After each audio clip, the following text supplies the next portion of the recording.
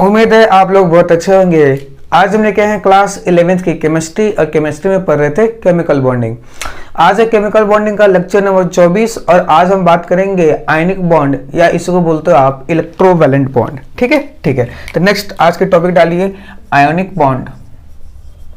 Ionic bond या इसको बोलते हैं इलेक्ट्रोवैलेंट बॉन्ड, है ना। बात सही है बिल्कुल। ठीक है ठीक है। बहुत अच्छा टॉपिक है, बहुत ही इंपॉर्टेंट टॉपिक है आयनिक बॉन्ड, ये इसको क्या बोलते हैं इलेक्ट्रोवैलेंट बॉन्ड। सबसे पहले बात करेंगे कुछ बेसिक पॉइंट्स पे जो इंपॉर्टेंट पॉइंट्स है इसके। ठीक है ठीक है। सबसे पहले सवाल, आयनिक बॉन्ड होता क्या है? तो it is an attraction, it is an electrostatic attraction, electrostatic attraction. It is an electrostatic attraction between cation and anion. cation and anion, ये एक तरह का अट्रैक्शन है केटायन और एनायन के बीच का। ठीक है ठीक है। दूसरा चीज, the chemical bond formed by transfer of electron from one atom to another atom। ठीक है ठीक है।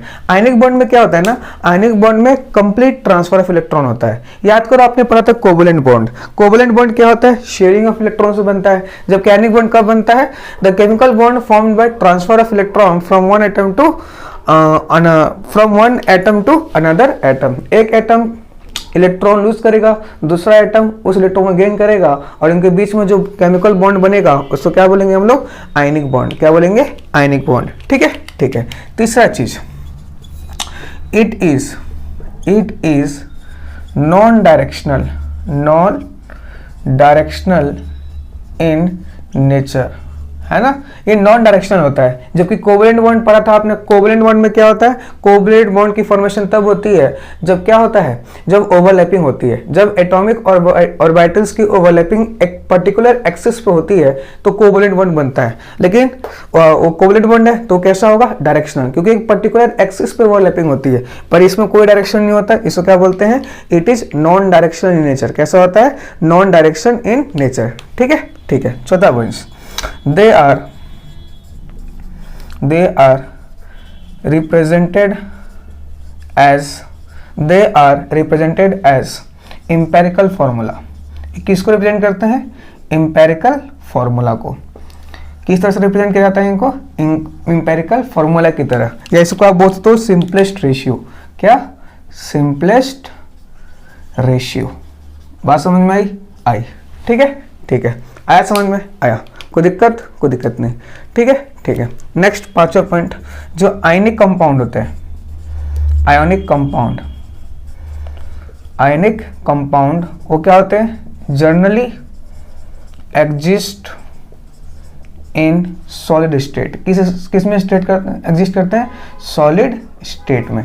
जो आयनिक कंपाउंड होते हैं जनरली किस में एग्जिस्ट करते हैं? Solid state in 3D metal, in 3D crystal.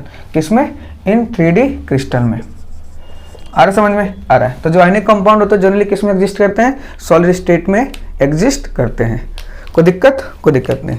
Next पांचवा पॉइंट, पहले इसको लिख लीजिए, आगे बात करते हैं। ये कुछ इंपॉर्टेंट पॉइंट्स है जो आपको पता होना चाहिए आयनिक कंपाउंड्स के बारे में। ठीक है ठीक है। नेक्स्ट छठा, 5 पॉइंट हो गए। छठा पॉइंट देखो, छठा पॉइंट मैं यहाँ लिख देता हूँ। छठा पॉइंट क्या कहता है? ध्यान समझना, इंपॉर्टेंट पॉइंट है। 6th पॉइंट है ना, इलेक्ट्रोवैलेंसी। किसकी बात करते हैं? इलेक्ट्रोवैलेंसी। इलेक्ट्रोवैलेंसी का मतलब क्या होता है? ठीक है ठीक है। तो लिखेगा the total number of electron lose और gain by an atom is called its electrovalency. कोई एटम कोई सिंगल है, एन एटम लिखा है, एन एटम मतलब सिंगल एटम, एक सिंगल एटम द्वारा कितना इलेक्ट्रॉन रिलीज किया जा रहा है या कितना इलेक्ट्रॉन गेन किया जा रहा है, उसी को क्या बोलते हैं हम लोग, इलेक्ट्रोवैलेंसी। क्या बोलते हैं, इलेक्ट्रोवैलेंसी। बात समझ में आ रही है, आ रही है, ठीक है, ठीक है। जैसे इसके एग्जांपल समझते हैं, इसको मैं मिटा देता हूं। एग्जाम्पल क्या है इसके, सबसे पहले एग्जाम्पल समझो। जैसे एग्जाम्पल ले लो, जैसे अपने पास AlF3 है ना। Al मतलब एल्युमिनियम, एल्युमिनियम कैसा होता है, मेटल।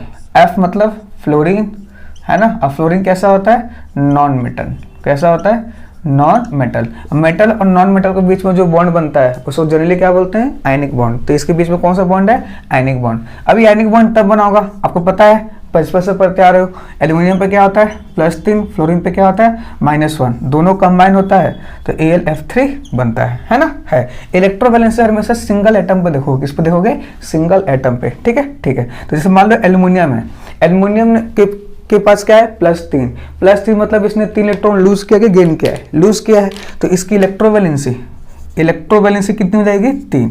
उसी तरह फ्लोरीन पे कितना है, -1, फ्लोरीन पे कितना है भाई, -1, मतलब फ्लोरीन ने 1 इलेक्ट्रॉन गेन किया है तो इसकी इलेक्ट्रोवैलेंसी कितनी हो जाएगी, 1। बात समझ में आई। जैसे नेक्स्ट अगला एग्जांपल देखें, जैसे मान लीजिए MgO, क्या है, MgO है अपने पास, ठीक है, ठीक है। तो मैग्नीशियम क्या होता है, मेटल होता है। ऑक्सीजन क्या होता है, नॉन मेटल होता है। क्या होता है, नॉन मेटल। मैग्नीशियम ये बना कब होगा, मैग्नीशियम पे +2 होता है, ऑक्सीजन पे क्या होता है, -2 होता है। जब दोनों कंबाइन होते हैं तो क्या बनता है, MgO बनता है, जिसको आप मैग्नीशियम ऑक्साइड बोलते हो, है ना। है तो आपको पूछे बताओ, MgO में Mg+2 है, O पे -2 है, तो इसकी इलेक्ट्रोवैलेंसी कितनी है। तो इलेक्ट्रोवैलेंसी कैसे चेक करोगे, +2 है, 2 है, इसका मतलब इसने इलेक्ट्रॉन दे दिया तो इसकी इलेक्ट्रोवैलेंसी कितनी होगी, 2। इस पे -2 है तो इसमें 2 इलेक्ट्रॉन किसी से लिया है तो इसकी इलेक्ट्रोवैलेंसी कितनी हो जाएगी, 2। कोई दिक्कत नहीं। तो इलेक्ट्रोवैलेंसी का मतलब होता है कि किसी सिंगल एटम ने कितना इलेक्ट्रॉन लूज किया या कितना इलेक्ट्रॉन गेन किया, सिंगल एटम पे। बात समझ में आ रही है, आ रही है। कोई दिक्कत नहीं, ठीक है, ठीक है। नोट करिए, आगे बढ़ते हैं। 7वां पॉइंट इंपॉर्टेंट, 6 पॉइंट हो गया ना, 7वां पॉइंट, ये भी इंपॉर्टेंट पॉइंट है, 7वां। 7 पॉइंट मोस्ट इंपॉर्टेंट पॉइंट्स बता रहा हूँ, पॉइंट वाइज पॉइंट याद रखना। क्या होता है अपने पास, जैसे क्लोराइड हो गया, ब्रोमाइड हो गया या आयोडाइड हो गया ऑफ, क्लोराइड, ब्रोमाइड या iodide of lithium, beryllium, magnesium और एल्युमिनियम, ठीक है। लिथियम, बेरिलियम, मैग्नीशियम और एल्युमिनियम, लिथियम, बेरिलियम, मैग्नीशियम और एल्युमिनियम, इनके chloride, bromide, iodide, chloride, bromide, iodide of lithium, beryllium, magnesium, aluminium are covalent in nature. ये कैसे होते हैं भाई, कोवलेंट होते हैं नेचर में। कैसे होते हैं, कोवलेंट, ठीक है।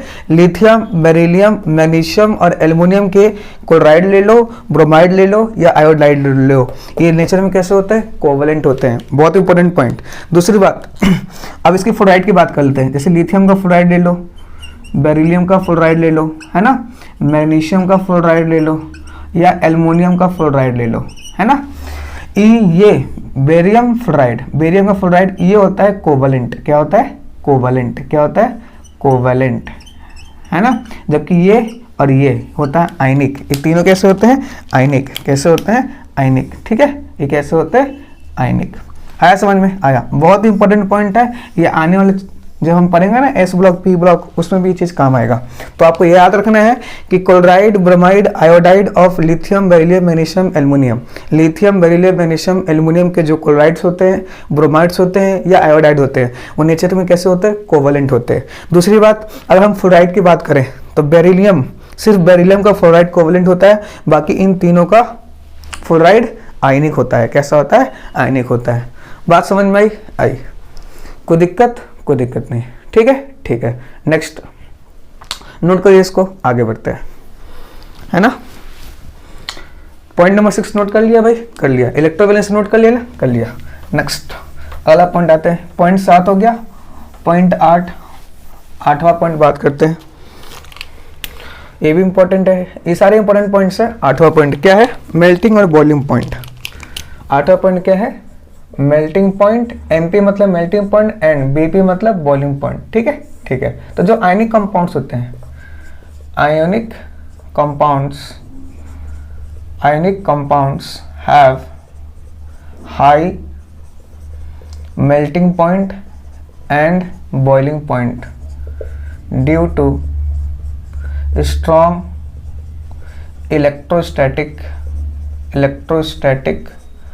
force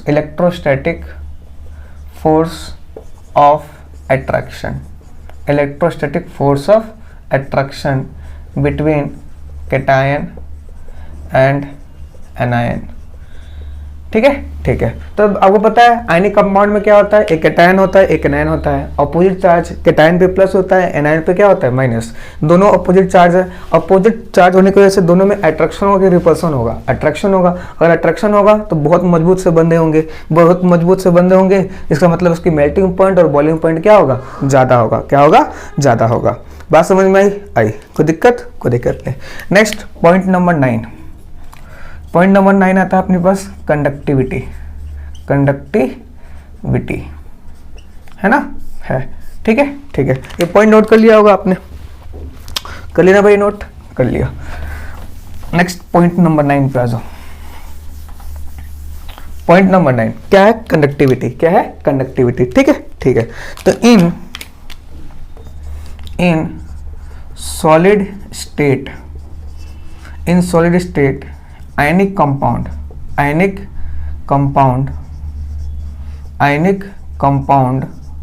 do not conduct in solid state ionic compound do not conduct in solid state ionic compound do not conduct because no free electron। जब आयनिक कंपाउंड सॉलिड स्टेट में होता है तो वो कंडक्टिविटी या कंडक्शन शो नहीं करता है। क्यों नहीं करता? क्योंकि उसके पास फ्री इलेक्ट्रॉन नहीं होते। सॉलिड स्टेट में क्या होता है भाई, सॉलिड स्टेट में होता है क्या है, पार्टिकल्स बहुत क्लोज होते हैं। अब पार्टिकल्स बहुत क्लोज होने की वजह से उसमें इलेक्ट्रॉन का मूवमेंट नहीं हो पाता, मतलब फ्री आयंस होते ही नहीं है। अगर फ्री आयंस नहीं होंगे तो वो कंडक्टिविटी शो नहीं करेगा। ठीक है, ठीक है। तो देखो अपने पास क्या होता है, एक सॉलिड स्टेट होता है। सॉलिड स्टेट क्या होता है, सॉलिड स्टेट। एक क्या होता है, फ्यूज्ड स्टेट। और एक क्या होता है अपने पास, एक्वस स्टेट या मोल्टन, एक्वस ज़्यादा बेटर है, एक्वस स्टेट, है ना। तो बात करें इसकी कंडक्टिविटी का ऑर्डर, किसकी बात करें, कंडक्टिविटी का ऑर्डर। तो सॉलिड स्टेट से ज़्यादा कंडक्टिविटी फ्यूज स्टेट में होती है और फ्यूज स्टेट से ज़्यादा कंडक्टिविटी एक्वस स्टेट में होती है। ठीक है, ठीक है। आया समझ में? आया। ये है किसका ऑर्डर, कंडक्टिविटी ऑर्डर। बात समझ में आई? कोई दिक्कत नहीं। ठीक है, ठीक है। नेक्स्ट पॉइंट नंबर 10 देखिए अपने पास क्या है, पॉइंट नंबर 10। पॉइंट नंबर 10 है सॉल्युबिलिटी, है ना। क्या है, सॉल्युबिलिटी। अब जैसे आयनिक कंपाउंड होते हैं, आयनिक कंपाउंड कैसे होते हैं, पोलर होते हैं कि नॉन पोलर होते हैं, बताओ। जो आयनिक कंपाउंड्स होते हैं, आयनिक कंपाउंड जैसे NaCl, ये कैसा कंपाउंड है, पोलर। कैसा है, पोलर। आपको पता है पोलर कंपाउंड किस में सोल्यूबल होते हैं, पोलर सॉल्वेंट में, है ना, है। तो जैसे मान लो NaCl है, NaCl को आपने डाला एक बार पानी में, किस में डाला, पानी। ये पानी है, वाटर है ना, वाटर है। इसका फॉर्मूला H2O होता है। और इसको उठा के डाला आपने, एक सॉल्यूशन लिया, लिक्विड लिया, इसको बोलते हैं बेंजीन।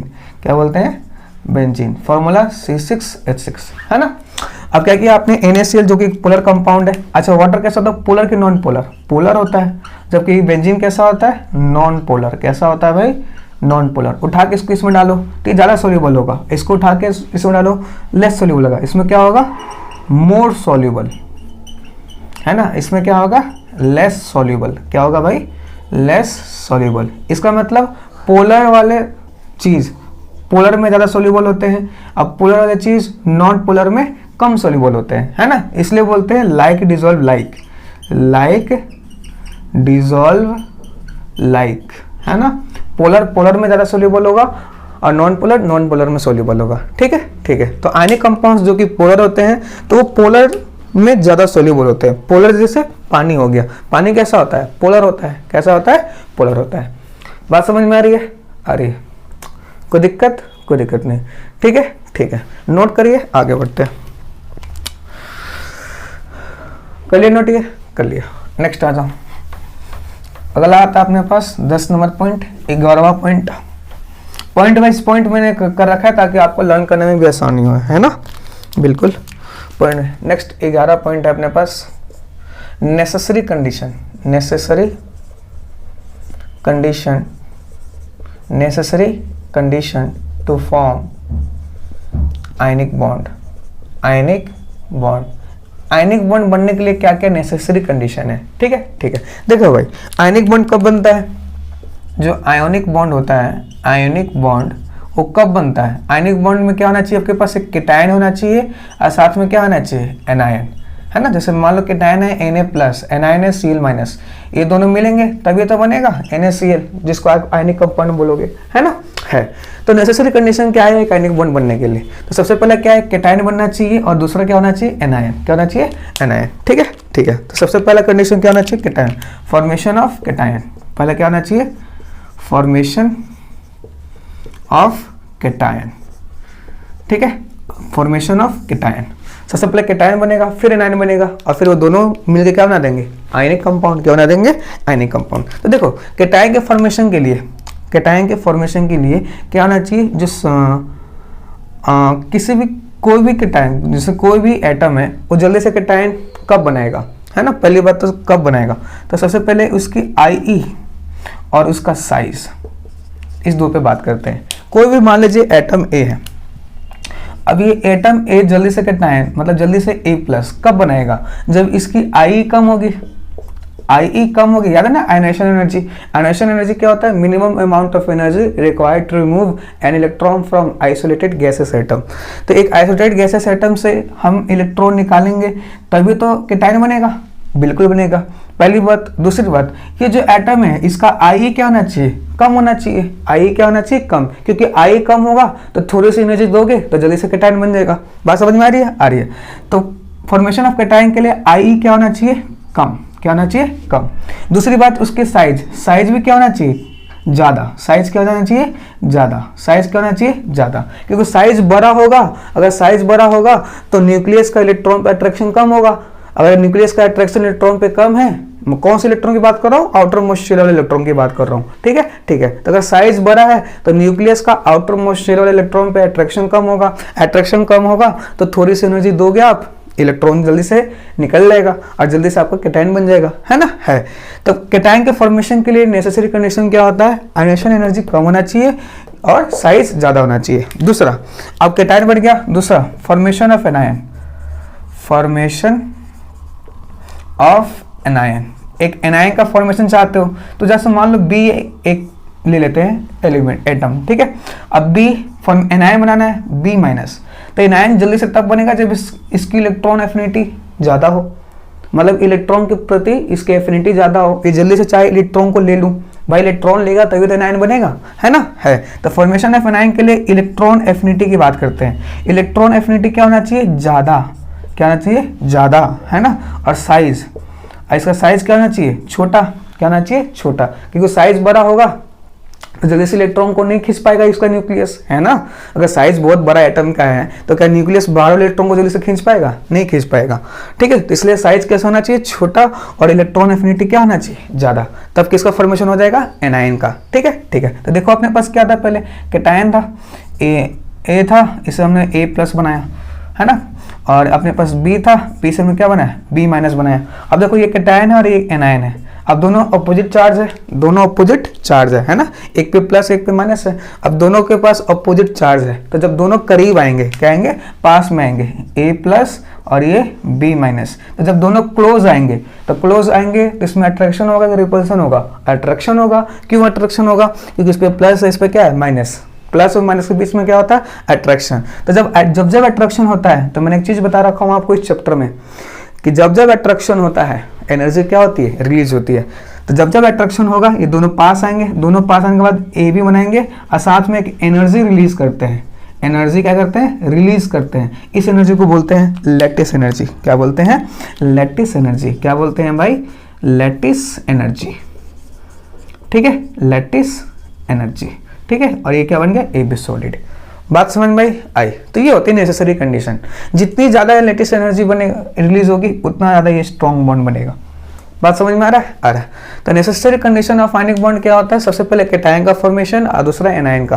कैटायन के फॉर्मेशन के लिए किसी भी एटम का आई कम होना चाहिए और साइज ज़्यादा होना चाहिए। एनायन के फॉर्मेशन के लिए इलेक्ट्रॉन एफिनिटी ज़्यादा होना चाहिए, साइज छोटा होना चाहिए। अब ये क्या हुआ, एटम में कैटायन बन गया, ये एनायन बन गया। कैटायन एनायन ए प्लस माइनस के बीच में अट्रैक्शन होता है। अगर अट्रैक्शन होगा, क्या होगा, अट्रैक्शन होगा। अगर अट्रैक्शन होगा तो एनर्जी रिलीज होती है। तो जो एनर्जी रिलीज होती है उसको बोलते हैं लेटेस्ट एनर्जी। क्या बोलते हैं, लेटेस्ट एनर्जी। दूसरी बात, ये जो कंपाउंड बन रहा है, जो यानी कंपाउंड बन रहा है वो क्या होना चाहिए, 1 मोल। कितना बनना चाहिए, 1 मोल। कितना बनना चाहिए, 1 मोल। ठीक है, ठीक है। तो लेटेस्ट एनर्जी को भी मैं ज़्यादा कुछ डिस्कस नहीं कर रहा हूँ, क्योंकि अभी आने वाले 1-2 क्लास के बाद हम डिटेल स्टडी करेंगे लेटेस्ट एनर्जी की। ठीक है, ठीक है। तो याद रखना कि जब 1 मोल आयनिक सॉलिड कंपाउंड बनता है अपने कॉन्स्टिट्यूएंट आयन से, अपने कॉन्स्टिट्यूएंट गैसियस आयन से, ये कैसे होना चाहिए, गैस स्टेट में। कैसे होना चाहिए, गैसियस स्टेट में, है ना। ये कैसे होना चाहिए, गैसियस स्टेट में। भाई याद करो आयोनाइजेशन एनर्जी का डेफिनेशन। इलेक्ट्रॉन कहाँ से निकालते हैं, आइसोलेटेड गैसेस एटम से। इलेक्ट्रॉन कहाँ ऐड करवाते हैं, आइसोलेटेड गैसेस एटम से। ठीक है, ठीक है। तो कोई बोले लेटेस्ट एनर्जी को डिफाइन करो, तो लेटेस्ट एनर्जी को कैसे डिफाइन करोगे, the amount of energy released when 1 mole of ionic solid compound is formed from its constituent gaseous elements. बात समझ में आई। डेफिनेशन नहीं लिखा रहा हूँ, इस पर भी डिटेल में चर्चा करेंगे बाद में। ठीक है, ठीक है। कोई दिक्कत है इसमें, कोई दिक्कत नहीं, नोट करो इसको। आया समझ में, अरे बोलो आया समझ में, आया। नोट कर लीजिए इसको, आगे बढ़ते हैं।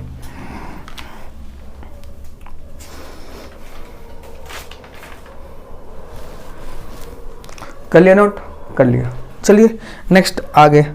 नेक्स्ट आज ये तो पढ़ लिया हमने आयनिक कंपाउंड, है ना, है या आयनिक बॉन्ड या इलेक्ट्रोवैलेंट वाला टॉपिक कंप्लीट। नेक्स्ट आज हम एक और टॉपिक कवर करेंगे जिसका नाम है बॉर्न हैबर साइकिल। क्या है, बॉर्न हैबर साइकिल। इंपॉर्टेंट है ये भी, कभी पढ़ने को मिल जाए, है ना। तो इस चैप्टर सिलेबस में है भी आपका born Haber cycle. Born Haber cycle क्या होता है, ये एक तरह का मैकेनिज्म होता है। क्या होता है, मैकेनिज्म। किसका मैकेनिज्म, आयनिक बॉन्ड फॉर्मेशन का। ठीक है, ठीक है। तो ये क्या है, mechanism of ionic bond formation.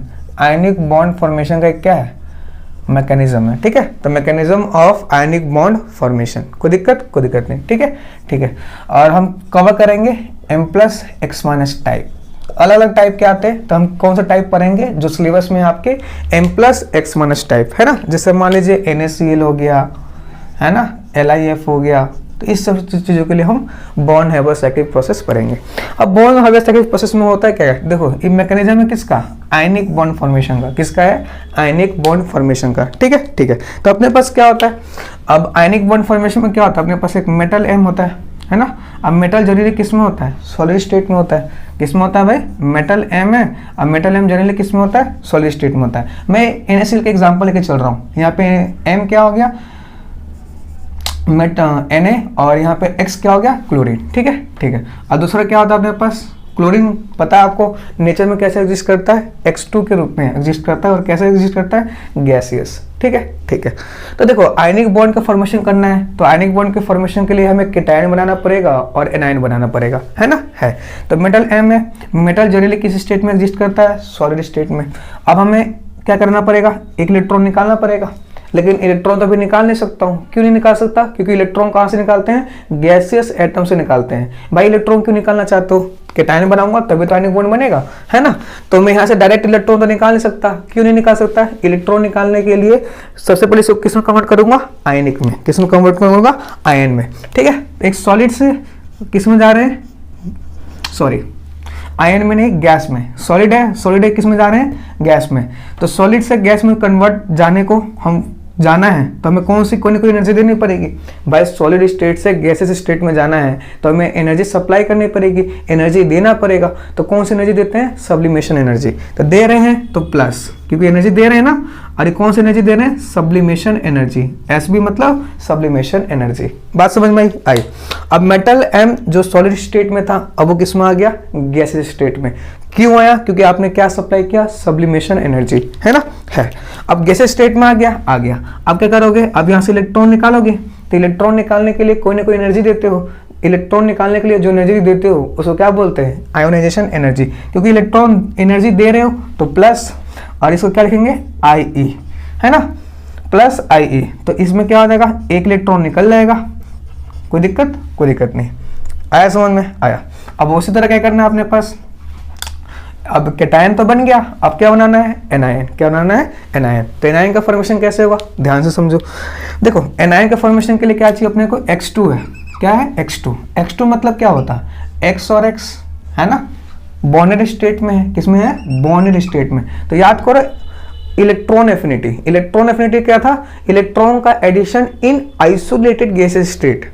भाई आयोनाइजेशन एनर्जी और इलेक्ट्रॉन एफिनिटी का जब डेफिनेशन कराया था आपको पीरियड टेबल में, तो एटम कैसे ले रहे थे, आइसोलेटेड गैसेस एटम। एक गैसेस तो है पर आइसोलेटेड नहीं है। आइसोलेटेड मतलब अकेला, ये अभी बॉन्डेड स्टेट में है। किसमें है, बॉन्डेड स्टेट में है। तो जब ये बॉन्डेड स्टेट में है तो इस बॉन्ड को हमें तोड़ना पड़ेगा। तो बॉन्ड को तोड़ने के लिए जो एनर्जी देते हैं उसको क्या बोलते हैं, बॉन्ड डिसोसिएशन एनर्जी। क्या बोलते हैं, बॉन्ड डिसोसिएशन एनर्जी। तो आपने क्या दिया, बॉन्ड डिसोसिएशन एनर्जी। क्या दिया आपने, बॉन्ड डिसोसिएशन एनर्जी। क्योंकि इसके बीच का बॉन्ड तोड़ना है, बॉन्ड तोड़ना है तो आपको एनर्जी देना पड़ेगा। तो प्लस का साइन दिखा रहा हूँ, बात समझ में आ रही है, आ रही है। लेकिन जरा समझो, आपने मान लो 200 जूल दिया। क्या दिया, X2 के बॉन्ड को तोड़ने के लिए 200 जूल दिया, तो 100 जूल तो ये रख लेगा और 100 जूल ये रख लेगा, है ना, है। तो इसी तरह इसको क्या करेगा, हाफ करना पड़ेगा। क्योंकि एनर्जी दे रहे हो 100 तो आधा आधा बांटना पड़ रहा है, तो इसको एनर्जी दोगे तो इसको में तो आधा करना पड़ेगा, है ना।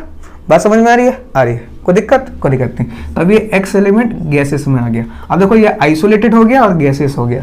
अब आइसोलेटेड गैसेस हो गया तो इसमें इलेक्ट्रॉन का एडिशन करा सकते हैं। तो इलेक्ट्रॉन का एडिशन कराने के लिए हमें एनर्जी, इलेक्ट्रॉन का एडिशन कराना है, ठीक है। तो इलेक्ट्रॉन का जैसे एक इलेक्ट्रॉन का एडिशन कराना है तो X माइनस गैस आ जाएगा, ठीक है। याद करो इलेक्ट्रॉन का एडिशन एक्सो भी होता है और एंडो भी होता है ना, है। पीरियड टेबल में सब बता रखा हूँ, एक बार मैं फिर रिवाइज करा देता हूँ आपको कि इलेक्ट्रॉन का एडिशन, जो फर्स्ट इलेक्ट्रॉन का एडिशन होता है वो एक्सो भी हो सकता है और एंडो भी हो सकता है ना। फर्स्ट इलेक्ट्रॉन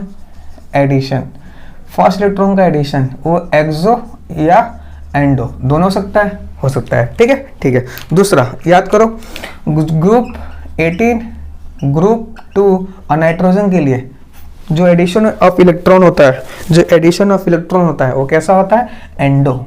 और जनरली बाकी जो बच गए,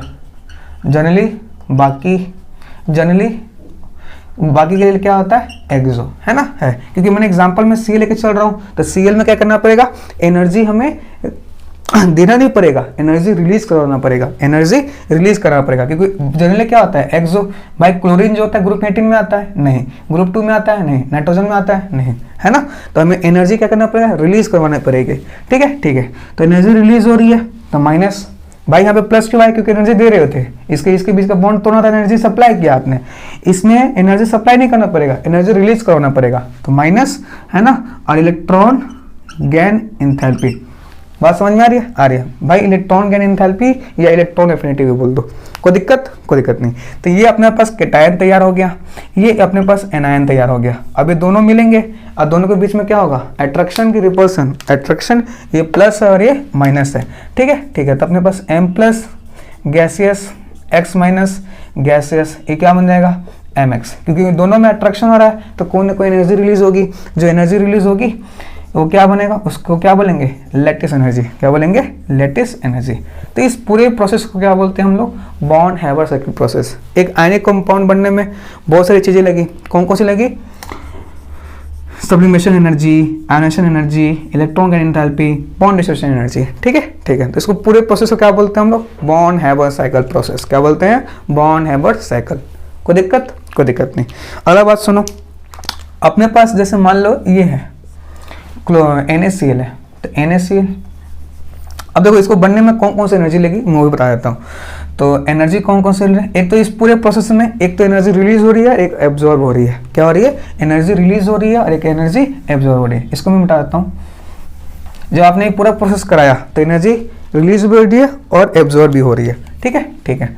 तो देखो कौन कौन सी एनर्जी रिलीज हो रही है, एनर्जी रिलीज, कौन कौन सी एनर्जी रिलीज हो रही है? तो देखो एक तो ये इलेक्ट्रॉन का एंथैल्पी और लेटिस एनर्जी, क्योंकि जब दोनों पास आएंगे तो लेटिस एनर्जी रिलीज होगी, है ना? है। तो रिलीज एनर्जी कौन कौन सी है?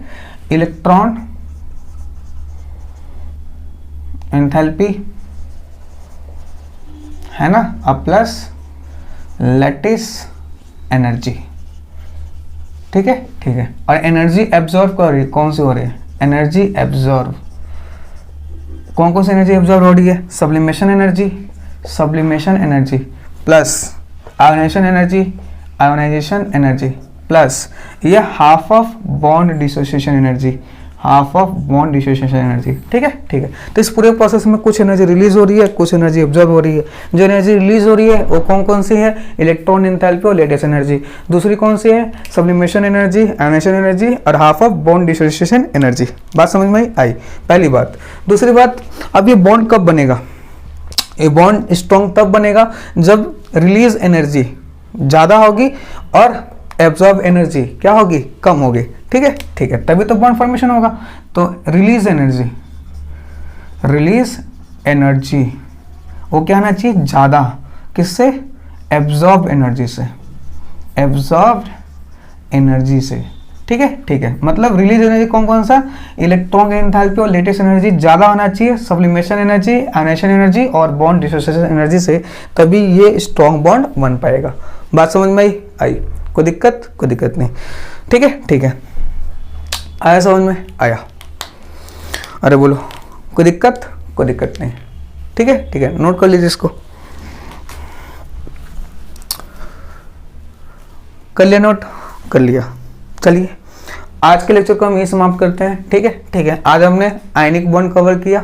आयनिक बॉन्ड को इलेक्ट्रोवैलेंट बॉन्ड भी बोलते हैं। और दूसरा बॉन्ड हेबर साइकिल को हमने समझा। अगर वीडियो पसंद आए तो लाइक करो, शेयर करो, सब्सक्राइब करो। Thank you. मिलते हैं नेक्स्ट वीडियो में।